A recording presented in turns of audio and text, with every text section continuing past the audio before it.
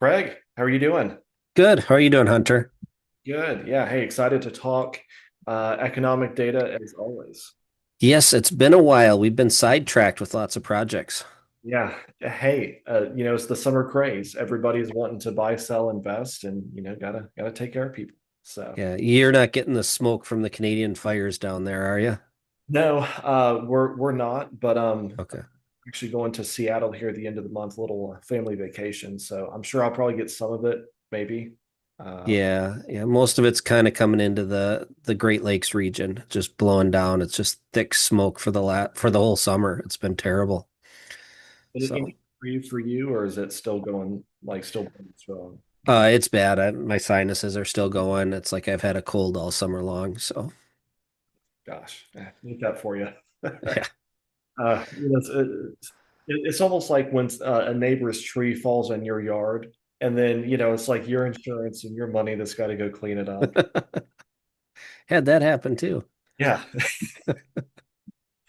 gosh. All Well, right, so a lot of crazy stuff going on in the world. What do you got here for us today? yeah. So saw a chart that Resi Club, which is Lance Lambert, put out. Let me try to share my screen. That's probably the best way to look at it, and it might be a little small only because I'm having to enlarge my screen. So hopefully you guys can. I can see it perfectly.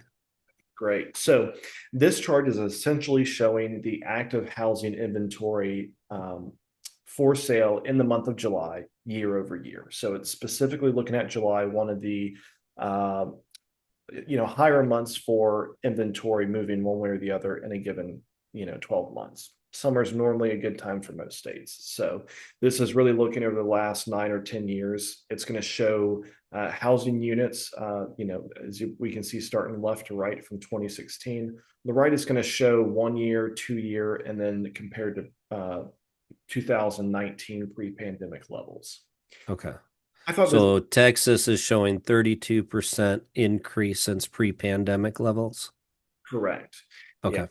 I thought this was kind of a good chart just to look at. We have a lot of, people that you and I talk with all the time, Craig, who are in different states. Maybe they live somewhere, they invest somewhere else. So I thought this is kind of a good one just to look at to kind of reorient us, figure out where you are, where are you investing in, and what those numbers could look like for your buy box.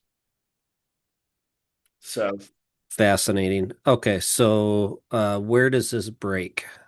yeah, so it breaks right about here, Nevada and Oregon. So basically, and when I say break, I'm thinking as far as above Hmm.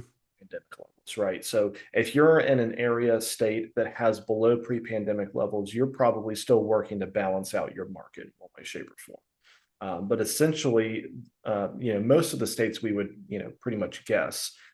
Texas, Washington, Colorado, surprisingly, Florida's a little further down the list, I believe, here. But Idaho, Hawaii, Oregon, some of those West Coast states. Um, the one that kind of surprised me a little bit was Tennessee. I'm like, ooh, being a Sun Belt state, they've got surprisingly less inventory. Also, it's just fascinating to see the levels change between states. Like you look at Texas. Okay, this year they did 140,000 units of active inventory. Tennessee's down to 33,000. So that's 100,000 unit swing just based on areas. So, But look at they were at 94.74 July of 2021. Interesting. mhm. Yeah, so that's almost nothing. And, I mean, really the big pull for Tennessee is Nashville, right? But you also do have Memphis on the one side, you have the, Knoxville area on the other side of the state. A lot of smaller sub markets, tertiary markets as well. But still, that's not a lot of inventory for 20. No. So yeah, it's just a really fascinating chart to see. So I'm down a little further. I'm in South Carolina as my main market from where I live and invest. So Okay. in 2019, we were at about 27,000 units. 21, we dropped down to 9,000. So pretty. Wow. definitely hurt in 21. There were not a lot of houses. They were all going quickly. And of course, now we're back up to about 26,000 basically. So we've had a strong year over year change. We're up about 25%, about 85% in over 2 years, but we're down 6% compared to 2019. Okay, and then obviously each region's going to be different depending on the metro area. This is statewide numbers. Correct. Yeah. So this is just purely looking at a state by state, How does your local market compare to that? Is that about similar, do you think? It's about similar. So in South, Okay. it's kind of I'm oversimplifying here, but for the most part, it's kind of broken up into two or three regions. You've got the upstate, which is where I am, that encompasses Greenville, Anderson, Spartanburg area. You've got Charleston or the Low Country, so that's pretty much anything in and around Charleston. It tends to absorb a lot from MSA perspective, and then you've got the Columbia or the Midlands region. So the upstate, is very similar numbers wise to this.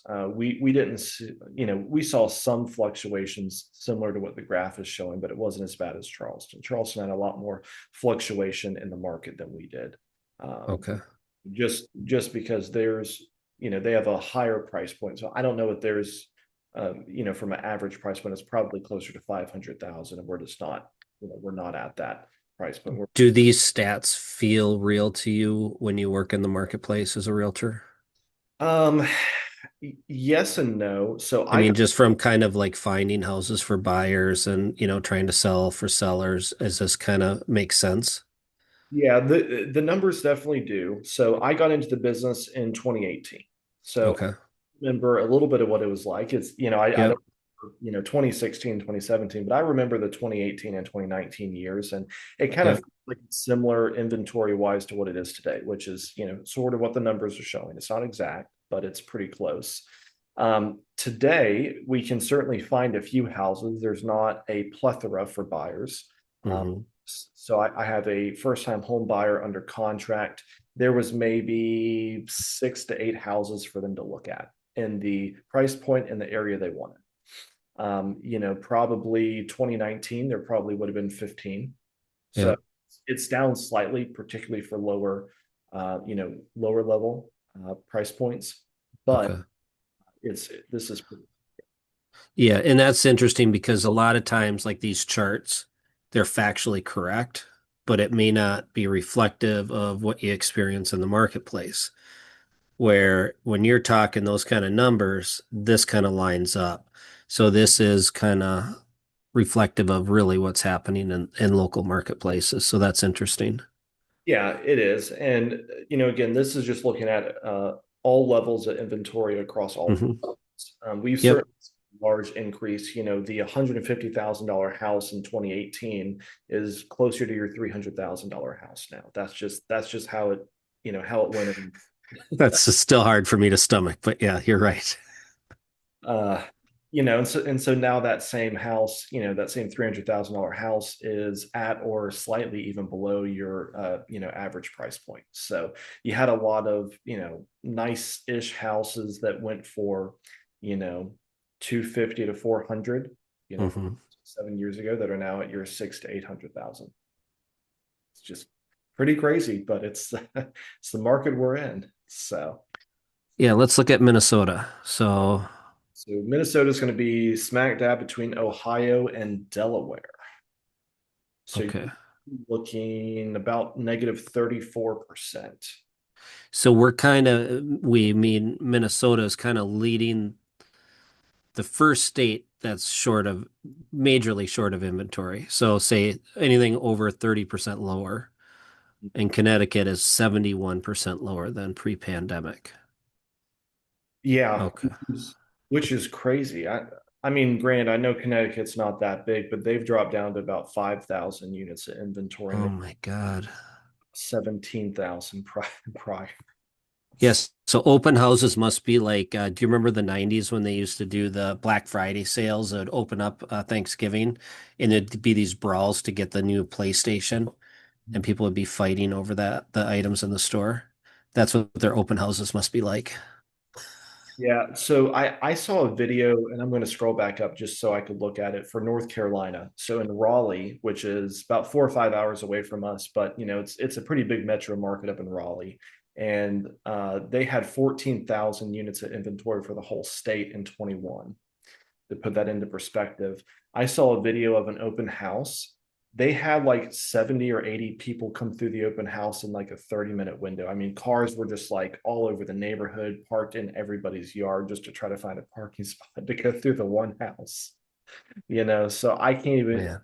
it's just hard to really imagine, the demand those pockets were having. So yeah, it's crazy. Yeah, tale of two housing markets. Okay, so Minnesota, we had 24,687 houses in that was 2016. 16, yeah. I don't know if I Okay. can scroll up and might cut it off. Yep, it's 2016. Okay. Yep. So then let's see. So 2020, you would have been about 15,000. And it looks like Was that our low point? 21 was the low point. No, 10,384. No, 23 was our low point at 10,040. man, that's so crazy because you typically saw a large, drop in inventory in 21, maybe going over to 22, but very few markets had that low of inventory even in 23. It's our slow reflexes from all the Canadian wildfire smoke. Yeah. Takes us a while to respond to housing market crashes. Okay, so then we're back to 14,196 this year. So 1 year change, we've increased by, where am I? About 15%. 50%. Yep. 2 year change, we've gone up 41%. Pre-pandemic level, we're still down 34%. That's brutal.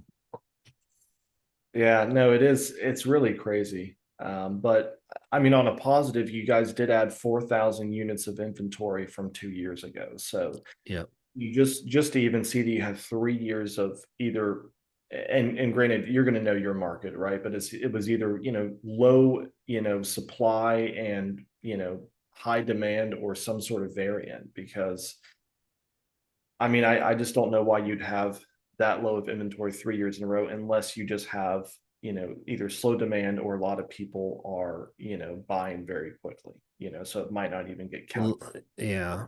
So the Twin Cities metro area, that's kind of we've got a few cities like we got Rochester, Mayo Clinics, we got Duluth, and then we have St. Cloud, and then we have the Twin Cities, Minneapolis and St. Paul. Minneapolis and St. Paul is by far the largest metro region in Minnesota. So right now we are sitting at 10,262 listings just in the Twin Cities. So we're accounting for over 60% of the inventory in the Twin Cities, but we're probably 80% of the market. Um, so just kind of comparing to local market here. So the days on market last year was 35. Current activity, we're at about 39 days on the market. And we're getting 100% of asking price still. Housing Affordability Index is 111, so it's pretty tight. 2.6 months supply of homes. So that's still a seller's market. And I mean, yeah, that's crazy. And you said that was 2 months or 2.5 months inventory. 2.5 months of inventory, 2.6. Yeah, it's It crazy. takes 4 to 6 months to build a house. So that's kind of, they say that 4 to 6 marks is kind of a balance market because you can add a new house about as time as, it takes to sell one. So that's kind of that where they call it a balance market. And then over 6 months is a buyer's market. We're still in a tragically uh, skewed seller's market. Yeah, crazy. And I'm sure, buyers and sellers who might read the headlines in your area, may or may not realize that, because if you read national headlines, it sounds like the sky's falling and nobody's buying real estate.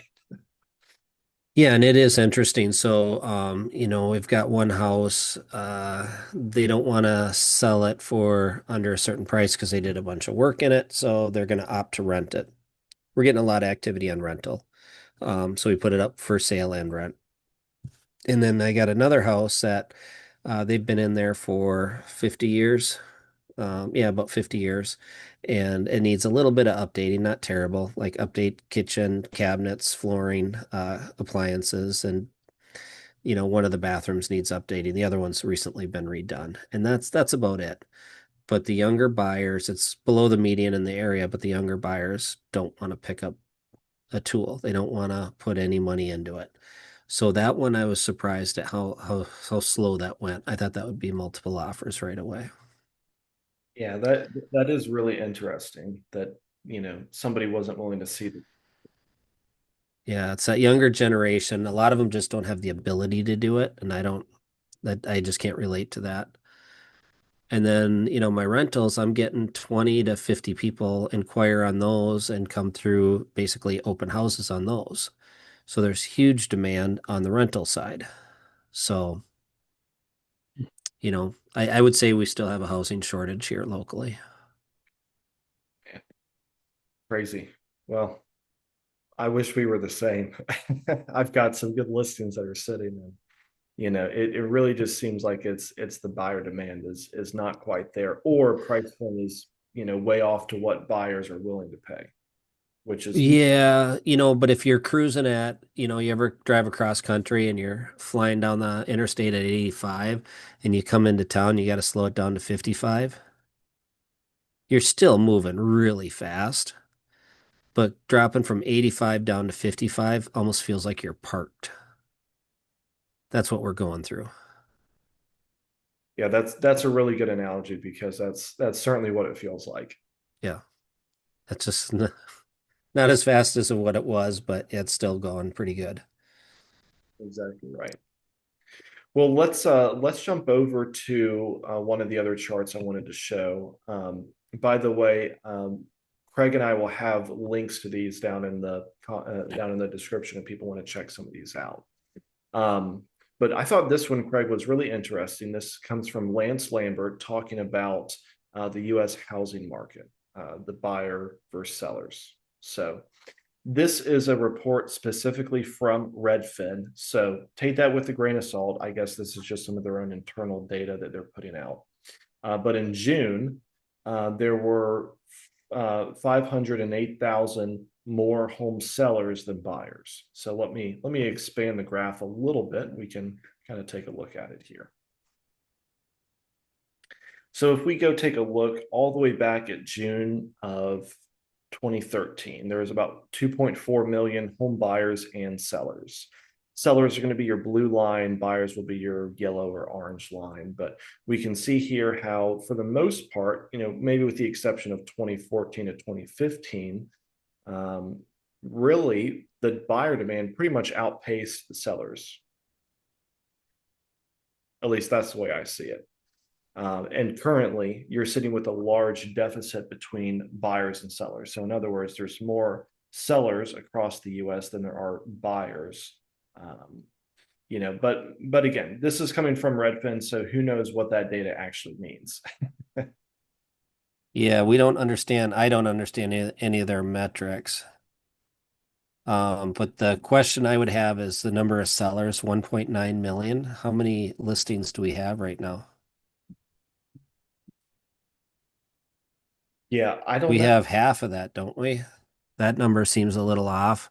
And then I don't know how you quantify a buyer. Are these loan apps? Yeah, see, I don't know because I mean, just thinking through logically, you're going to have a percentage of your buyers that are all cash. You know, Okay. as low as 20%. Well, Redfin, so yeah, I just put it in Grok, and Redfin claims there's 2,111,000 residential homes for sale in the US. I'll tell Grok to think harder. We need another source. Yeah, I think just something to look at, and Hmm. said, to put it into perspective, nothing to sit here and make decisions off of, but I just thought it was, another interesting graph. Well, why it's important is because a lot of people are referring to this graph, right? A lot of people are citing this data, and we're in the industry and we're not sure where this data is coming from. Mhm. Well, I don't know if it's right or wrong. It's just I don't know. I don't know their metrics. Right. Yeah. To me, it's really hard to figure out what does, like, when you say I have a buyer, what does that constitute? Does that constitute somebody who either has cash and has been verified, or they've got some sort of pre-approval and they're verified with a buyer agreement ready to go buy? Or is this Hmm. who signed up on the app and said, "Hey, I'll look at houses"? I don't know. Okay, so Realtor.com is showing 1.1 million homes for sale. Redfin is showing twice that. Something's suspect to me. Hmm. No, it exceeds 1.1 million. Grok is still researching it. I mean, unless Redfin is trying to pull in things that are not housing units like land. That could be. Yeah, I mean, it just depends what the data's coming from, and is it currently listed for sale, or is it include building permits, like you said, land units that could be added.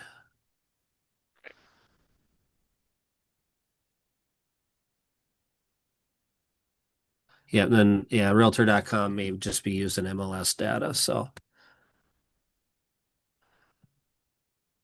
it's still researching. Well, So clearly, it's even got Grok confused.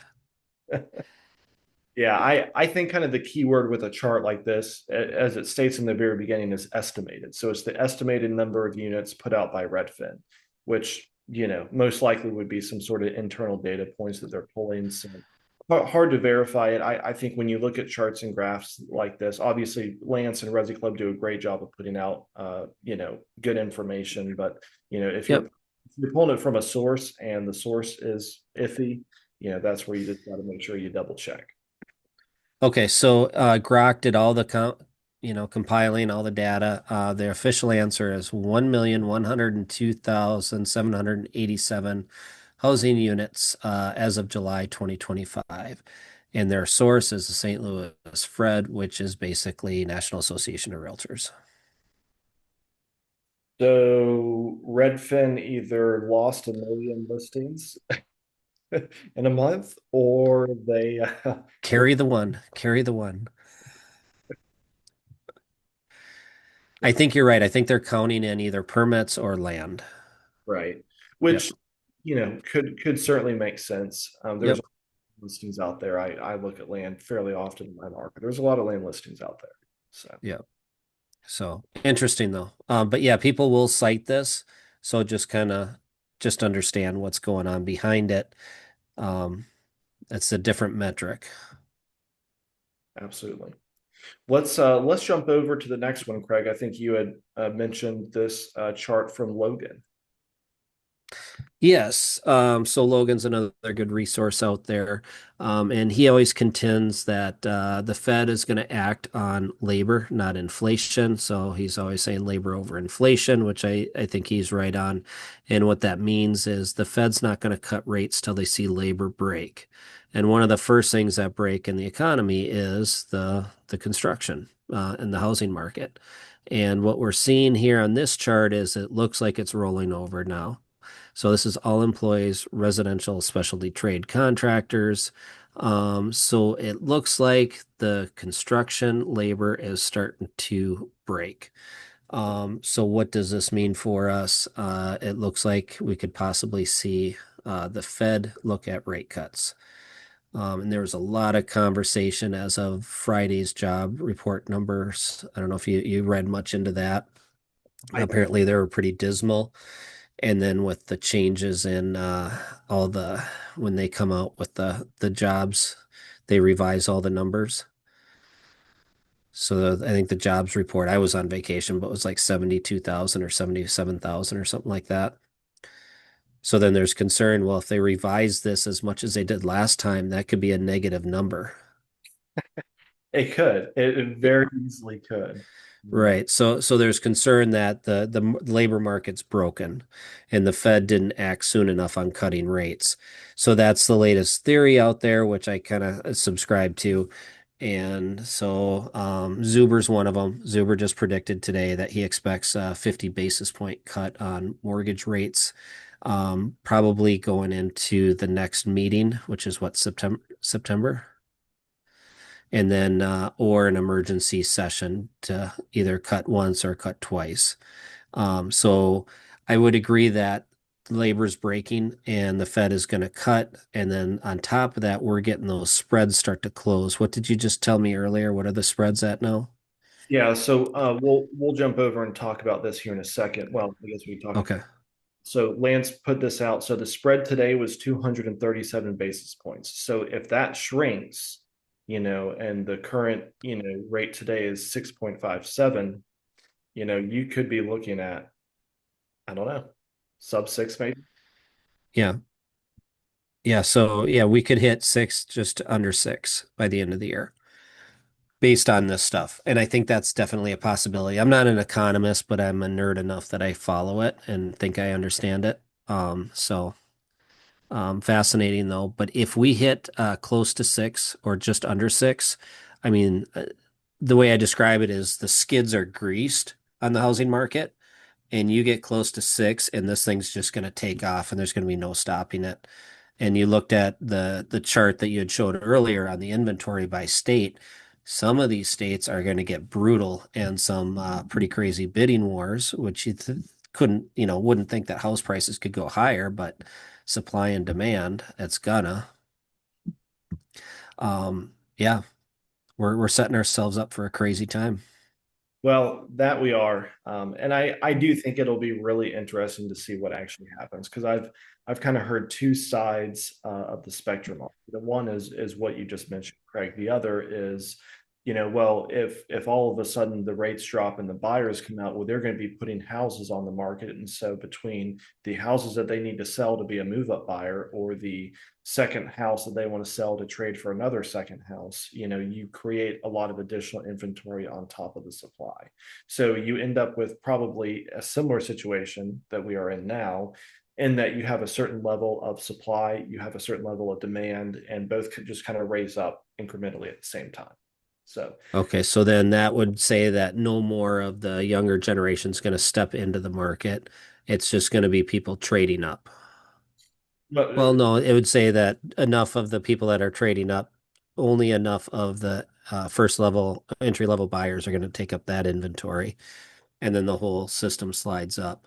I think our demographics, and I haven't looked at this, but I would suspect that we still have a lot of the millennial and the Zoomers, Gen Z, that are ready to enter the market, more than the housing that's going to be released to them.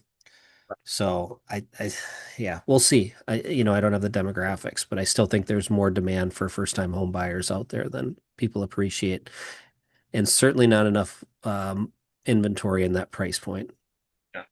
And I would tend to agree with you, Craig, as far as like there's going to be, much more demand when the rates lower. We could see, a little bit of a run up in prices in certain markets, certain areas that we saw, 21. So Yeah. could happen, probably not that drastic by my guess, but there is definitely, a pocket of those Gen Z, millennial buyers out there. Because I feel like I have conversations at least weekly with people, that are Hmm.